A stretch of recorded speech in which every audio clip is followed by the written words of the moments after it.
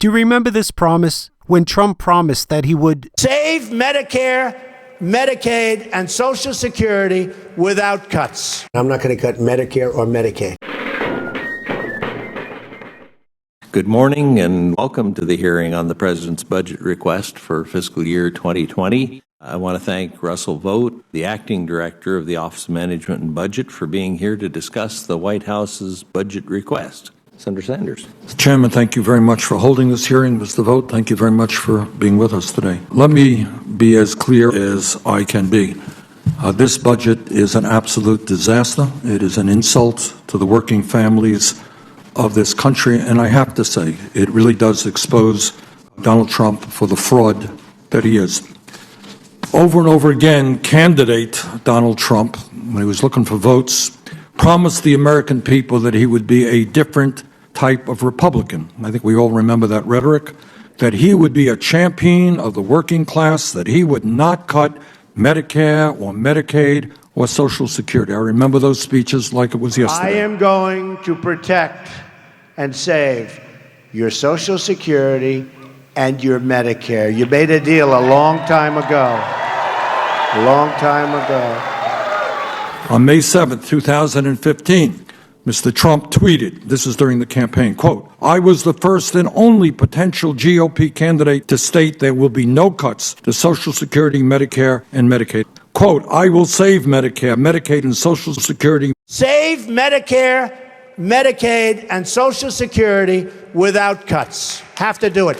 People have been paying in for years, and now many of these candidates want to cut it. People have been paying in for years, and now many of these candidates want to cut it, end of quote. Donald Trump. I'm not going to cut Social Security like every other Republican, and I'm not going to cut Medicare or Medicaid. Every other Republican's going to cut.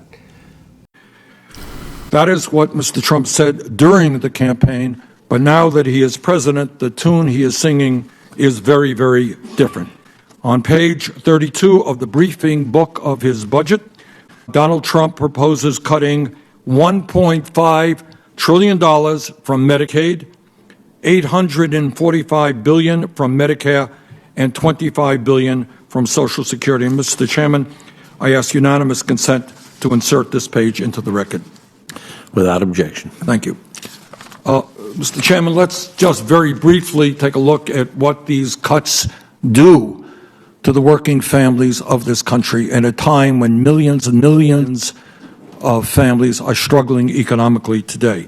As I think most of us know, Medicaid pays for more than 2/3 of all of the nursing home care in our country, in addition, of course, to providing health care for millions of lower-income families.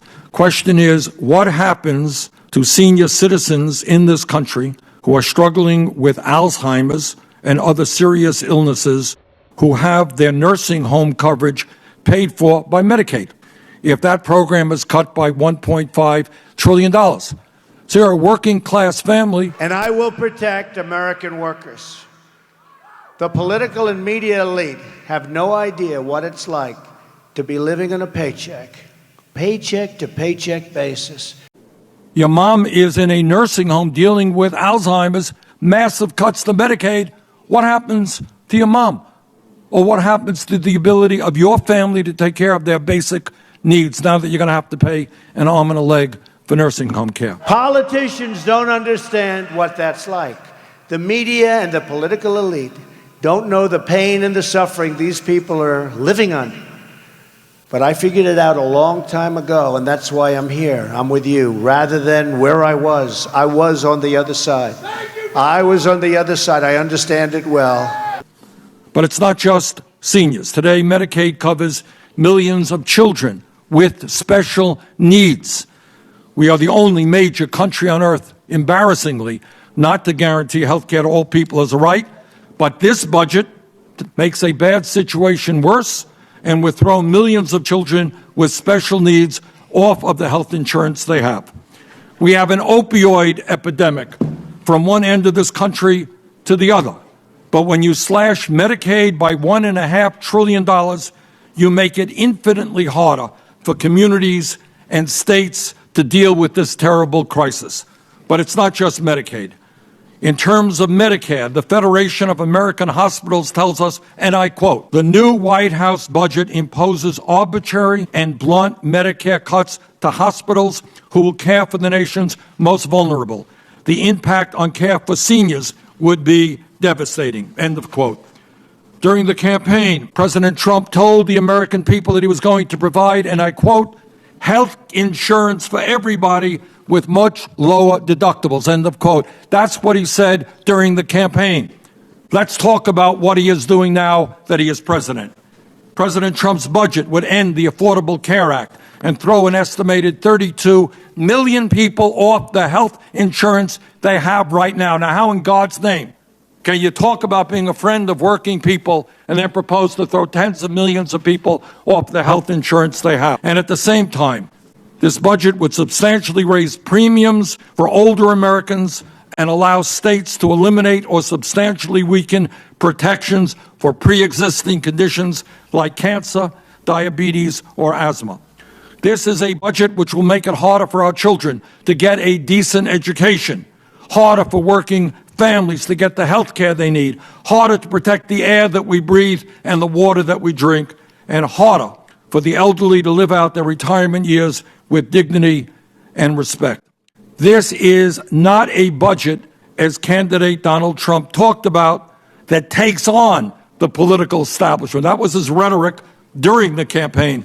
This is a budget of the political establishment, of the 1%, of corporate America, of the wealthiest people in this country. This is a budget which practices the Robin Hood principle in reverse. It takes from the poor and working families and gives to the very wealthy. Mr. President, you do not help working families when your budget would eliminate financial aid to more than 1.5 million low-income college students.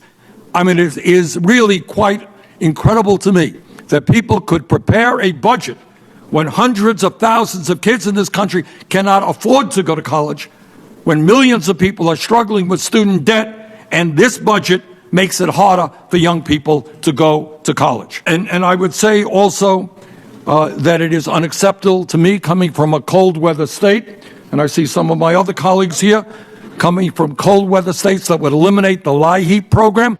Seniors in Vermont stay warm because of LIHEAP. This budget eliminates that.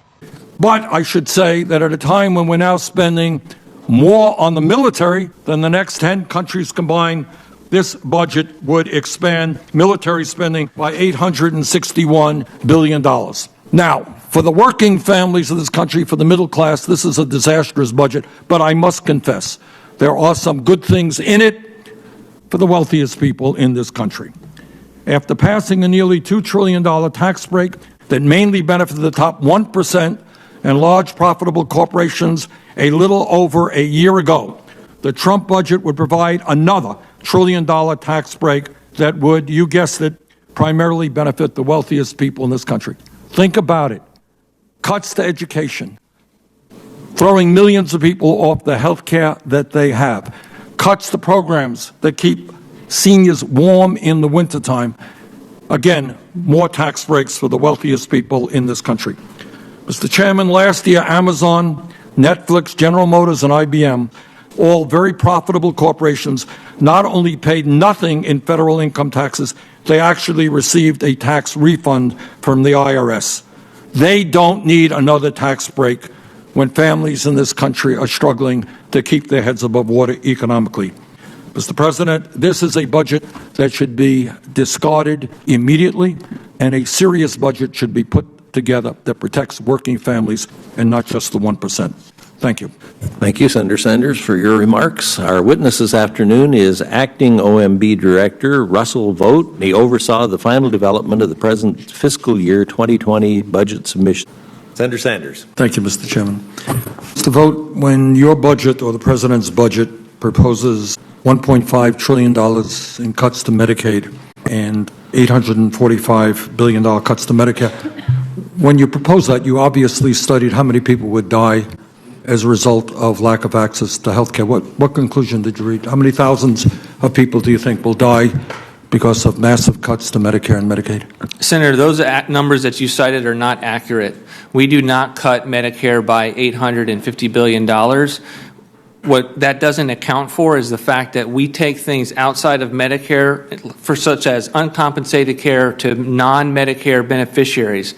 We move that outside of Medicare. We're going to still spend money on uncompensated care for non-Medicare beneficiaries, but when you adjust for the things where we put it back in other parts of the budget, there's no cut at all, because Medicare is going up each and every year, and also it's $517 in savings instead of the number that you cited. And there's a well, it's going up every year in nominal dollars. I understand that, but you will concede that healthcare inflation is higher than general inflation. So if you're not even keeping up with healthcare inflation, it in fact is a real healthcare cut. I mentioned earlier the very alarming concern that hospitals have about the devastation these cuts will do for senior citizens. And when you cut $1.5 trillion, you're also not including in your calculations the fact that there are more people who will be in the Medicare program. I suspect Medicaid, despite the administration's effort, will continue to expand. But you did not answer my question. There are studies out there which suggest that many thousands of Americans die every single year because they don't get to a doctor when they should. Did you, in your calculations about massive cuts to Medicare and Medicaid, come up with any numbers as to how many Americans will die or maybe get sicker because they don't have the health care that they need? We don't think any of those scenarios will result. In fact, we look at the current situation when we look at a tragic scenario where a young boy in 2007, 2008, DeMonte Driver, died because of the fact that he had a toothache because of the wait lines within Medicaid. And we say that's a fundamentally broken system. We want a different system. We want states to have more control over with less money. You want to throw, look, this president tried to throw millions of people off of Medicaid. Giving a block grant to a state with less money means massive cuts in Medicaid. Let's be honest about what you're doing. Let me ask you this question. President Trump campaigned about not cutting Medicare, not cutting Medicaid, and he's making massive cuts to Medicare and Medicaid. What should the American people think about that?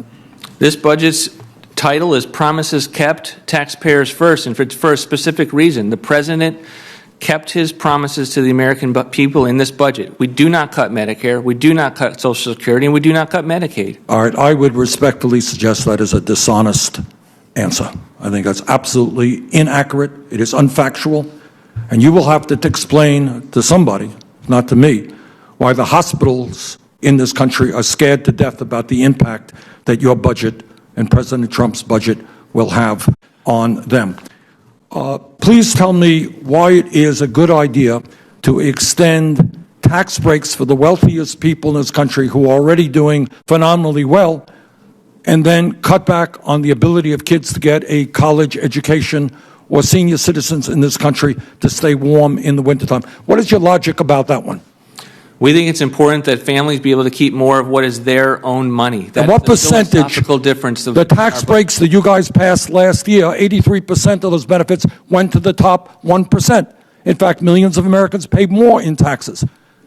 So what you are doing here is giving tax breaks to the wealthiest people who are doing phenomenally well. Then you're cutting back on education, making it harder for kids to get a college education. You're cutting back on nutrition programs. Do you really not have a conscience? Do you know that people all over this country, children, seniors... We're not cutting back on nutrition programs. Oh, you're not cutting back on the SNAP program? We have reforms in the SNAP. Oh, reforms. Work requirement of a harvest box. We're not... How much are you cutting back on these programs? We have about $200 billion in savings from those... Oh, savings, I see. See, to listen to these hearings, fellow Americans, you need to get a dictionary. Savings means cuts. Reform means massive cuts. Let's be clear what this budget is. This is a budget that benefits wealthy campaign contributors. This is a budget that goes to war against the working families of this country. This really is, in fact, a disgraceful budget, and I'm happy to say that there are going to be very few people, even Republicans, who will vote for this terrible budget. Thank you, Mr. Chairman.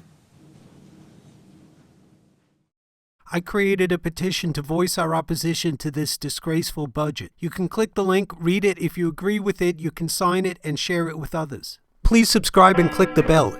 The CIA is trying to have a coup in Venezuela. I haven't been watching since I've been here, so they might be doing it right now. And we should all be putting our voices out to stop the U.S. from having regime change for oil in Venezuela. We must do everything we can to keep U.S. hands off Venezuela. You can find these links in the video description, or you can click here or at the end of this video. Use the YouTube tools to share this video. Share the link to this video with everyone you can to get the word out. Hands off Venezuela. And please subscribe and click the bell. Even subscribing and clicking the bell helps. And also check out this video from the Bolivian president, where he goes into detail about the wrongs of U.S. foreign policy. There's an annotation to this video around the end of this video or in the video description.